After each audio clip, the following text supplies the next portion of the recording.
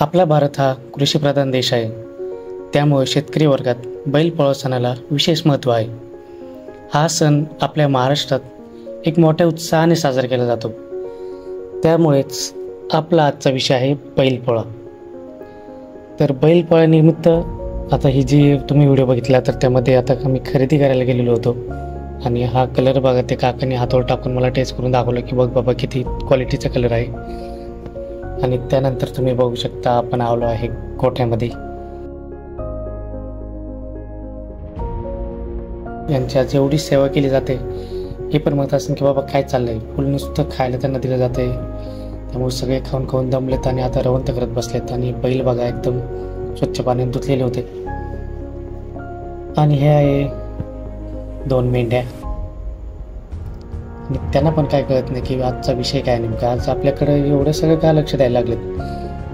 कारण की बैलपोळ्याच्या दिवशी जे प्राणी आहेत, बैल पण आणि बाकीचे पण, तर त्यांना पूर्ण हा दिवस डेडिकेटेडली त्यांच्यासाठी असतो. आजच्या दिवसासाठी त्यांचं खानपान याच्याकडे एकदम पूर्णपणे लक्ष दिलेलं जातं. आणि हे बघा एकदम हे आहे आमच्या काही शेळ्या, कशा बघताय बघा. आणि पुन्हा आपण आता आपल्या टॉपिकवर पुन्हा येऊया.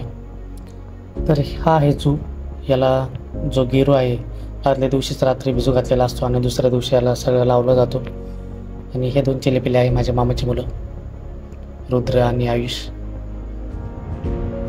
आणि हे बघू शकता तुम्ही, ही तयारी चालू आहे. आता मी मित्राकडे आलोय तर त्यांच्या आहे ते. आणि आजच्या दिवशी बैलांसाठी सगळ्या गोष्टी नवीन दिल्या जातात. म्हणजे आता त्यांचे शिंग साळे जाते, त्यांच्या शिंगाला कलर लावला जातो. पण आता जी व्यसन आहे ती पण नवीन टाकायचं काम चालू होतं. आणि हा आहे आमचा कुत्रा टफी, याला पण थोडासा कलर लावला आहे मी आणि तो पण बघा किती खुश आहे. आणि पुन्हा मी आलेलो आहे मित्राकडे, त्याचे पण बैलांचे व्यसन चेंज करायचे होते आणि मला ते काही येत नाही, त्यामुळे मग मी फक्त व्हिडिओच काढला. आणि बघा बऱ्यापैकी तयारी झालेली आहे. ते नाव जे आहे ते मीच टाकले बरं का. आणि बाकीचे प्रत्येकजण आपापल्या पद्धतीने बैलाला किती चांगलं सुंदर बनवतील, सजावतील, त्यासाठीचा प्रयत्न चालू आहे. भयंकर असा डिस्कशनचा इथं माहोल झालेला आहे.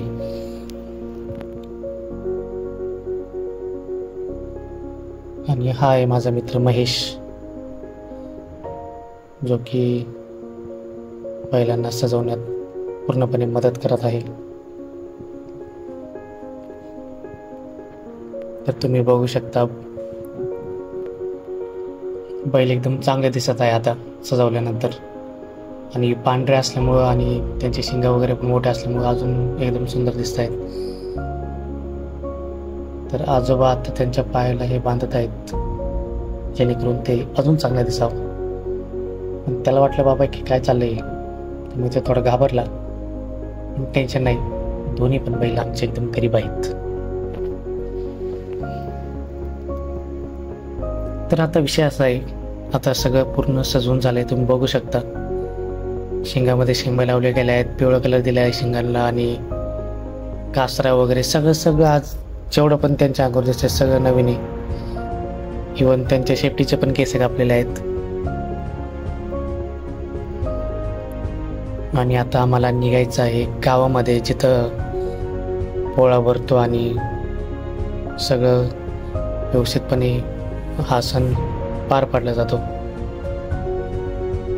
तर या दोघांना पण काय कळना की आपण चाललो कुठे, नेमकं काय विषय काय आज.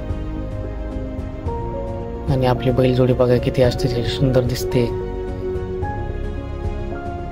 जसं आधुनिकीकरण वाढतंय त्यानुसार जे गावातलं गाव पण आहे ते पण जरा कमी होत चालले. म्हणजे जे सण वगैरे जे साजरे केले जायचे, आता बघू शकता तुम्ही बैल एकदम कमी होत चाललेत. आता हा आहे आमचा दुसरा मामा, बापू मामा. तर त्यांचा आहे हा एक बैल राजा, तो पण आता म्हातारा झाला एकदम. तो जेव्हा एकदम जवान होता तेव्हा एकदम भानखोर होता एकदम, तो म्हणजे मारायचा अनोळखी व्यक्तीने पकडल्यावर. पण आता शांत झाले म्हातारा झाल्यामुळे. आणि आता आम्ही आलो गावामध्ये. आता इथं तुम्ही बघू शकता प्रत्येकजण आपापली बैलजोडी घेऊन येतो. इथं लाईन लागली आहे आणि एक एक एक ॲड होत जातोय आणि सगळे बैल जोडी जमल्यानंतर मग ज्याचा मान असतो तो बैल पुढं घेऊन जाणार, म्हणजे पोळा फुटणार आणि मग आम्ही सगळे त्यांच्या मागे जाणार. तर आत्ता आपण बघू शकता आमचा हा मामा बांधतो आहे. यांच्यासाठी बैलांसाठी मस्तपैकी 2 हार आणलेले आहेत, त्यांच्या गळ्यात बांधण्याचं काम चालू आहे आणि सारखे फटाक्यांचा आवाज पण येत आहे आणि ढोल ताशा पण चालू आहे. त्यामुळे बैल थोडेसे घाबरत आहे, कारण त्यांना सवय नसते, त्यामुळे जास्त प्रिकॉशन घेऊन त्यांना पकडावं लागतं.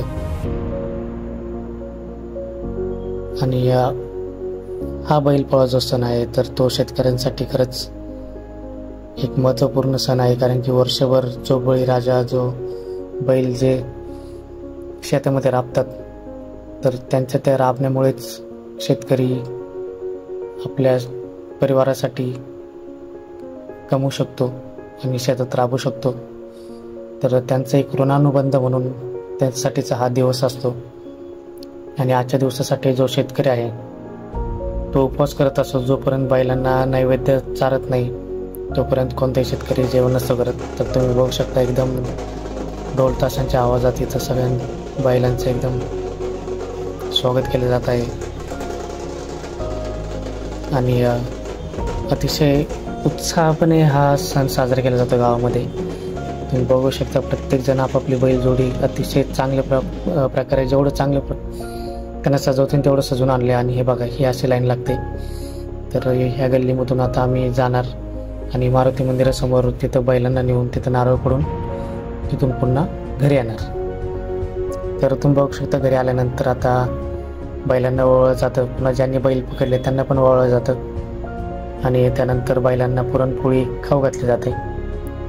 हा सण पूर्ण म्हणजे त्यांच्या बैलांसाठीच डेडिकेटेड आहे, त्यामुळं पूर्णपणे आजचा दिवस त्यांच्यासाठीच आहे. तर पुरणपोळीनंतर पुन्हा त्यांना हे गहू खायला भेटणार आणि त्याच्यानंतर आम्ही देखील जेवणार, म्हणजे सगळ्यांचा उपवासच असतो या दिवशी.